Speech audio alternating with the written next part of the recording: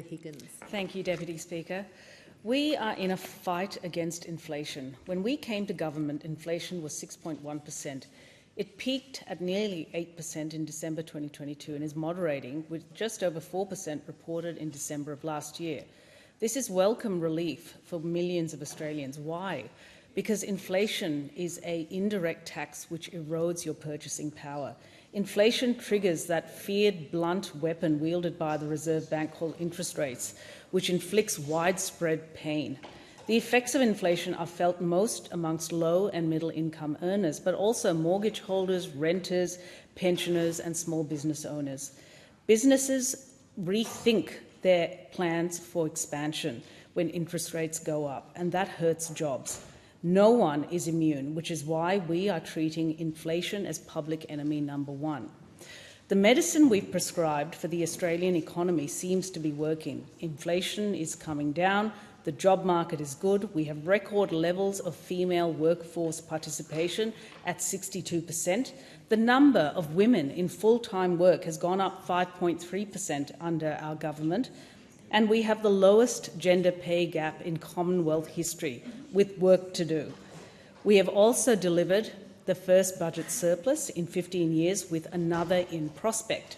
Nevertheless, people have run down their savings in this pro-inflationary environment and are calling for further relief, which is why Labor's tax cut for every Australian is going to be essential. One of the reasons I stand here, Deputy Speaker, and not on the other side of the political spectrum is because of Medicare. Medicare is arguably our most important safety net. It recently turned 40. Happy birthday, Medicare. It is a proud Labor legacy that was introduced in 1984 by the Hawke government, but of course preceded by Medibank. But Medicare is an ageing patient and needs a shot in the arm. That's why we have tripled the bulk billing incentive to arrest the decline in bulk billing. A survey by a private group called Clean Bill showed that Higgins has the lowest bulk billing rates in Victoria, with patients paying on average at least $50 out of pocket to see a doctor. That's a real disincentive for health-seeking behaviour when household budgets are under pressure. After tripling the bulk billing incentive, Higgins residents have benefited from an estimated 1,359 additional bulk bill visits and have saved an estimated just over $65,000 in the first 2 months. Nationally, bulk billing rates have increased 2.1%, equivalent to a staggering 360,000 additional presentations to the doctor that are now bulk billed. That's the shot in the arm. The Paran Urgent Care Clinic opposite the Alfred, where I previously worked, has been set up for non-life-threatening problems. The 58 urgent care clinics around the country that we are rolling out have gone gangbusters. Since opening in June of last year, they have seen 130,000 visits until January of this year. They are open 7 days a week. Some have extended hours, like the one in Paran. It's open from 8 a.m. to 10 p.m. 7 days a week. They offered walk-ins, which means you don't need an appointment, and of course they are bulk billed. When I visited, there were people sitting in the waiting room, children as well as adults, babies, waiting to be seen by a community GP. The Paran Urgent Care Clinic has been an absolute standout, and it also benefits from being closely located to the Alfred, where diagnostic tests such as X-rays and pathology can be done with a simple walk across the road. And in a further advantage, these two centres are linked with the same electronic system, which means that the doctors at the urgent care clinic can simply look up your results that have been performed at the Alfred. There's no barrier to access. It delivers high-quality, affordable and convenient care. The largest group of patients have been children at these urgent care clinics, with around 1/3 being under 15 years. And the range of problems is diverse, from bites, lacerations, minor trauma and sporting accidents, to STIs, which are sexually transmitted infections, and viral infections. There is no need to languish in an overcrowded emergency department, and the best part of all is that all you need is your Medicare card.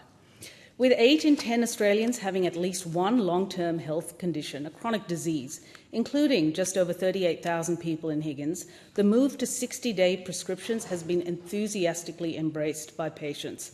We have had over 13,000 60-day scripts dispensed to Higgins residents from September to the end of December last year, halving the cost of these meds, providing convenience to patients and potentially improving their compliance, which again stops people from deteriorating and then ending up in hospital, in that emergency department I'm so familiar with. By keeping people out of hospital, the medical lever has become the economic one. For young Australians thinking of a career or those considering a career change, TAFE is like choose your own adventure for skills. Following our removal of cost barriers for TAFE, Australians have taken up fee-free TAFE with gusto. Because our last allotment of 300,000 places was exhausted, we have released another 300,000 places this year. We've expanded the priority apprenticeships by adding another 19 in-demand occupations like irrigation technician. You might want to work in the regions, why not? It's a great place to live and to raise a family. You might want to be a furniture maker, use your hands and engage your creativity and your imagination. A nursing support worker, incredibly important in that care economy that is growing with time. And a sound technician, if you like music or the creative arts.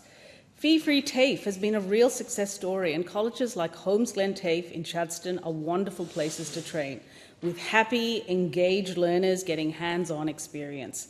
We want to help apprentices succeed, which is why we have provided interest-free loans of nearly $25,000 to 38,000 trainees across 60 in-demand courses. These loans now include, for the first time, trainees in non-trade occupations such as childcare, aged care and disability. If trainees successfully complete their training, we will shave 20% off the amount they have to pay us back. That is absolutely awesome, especially when young people are under financial pressure and apprenticeship completion rates are woefully inadequate.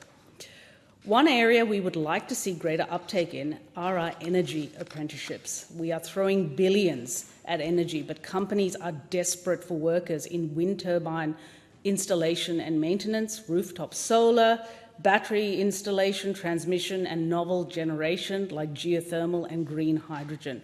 These projects are already on foot. They are well underway, but they really do need those skilled workers to oxygenate them. There are 10,000 places available and only 1,800 have been taken up. When it comes to the trades, we really want women to apply. I thought politics was the last bastion when it came to women, but it turns out that women in high vis really does break new ground. For essential workers like aspiring teachers, we have generous scholarships of up to $40,000 for undergraduates over 4 years and $20,000 for postgrads over 2 years.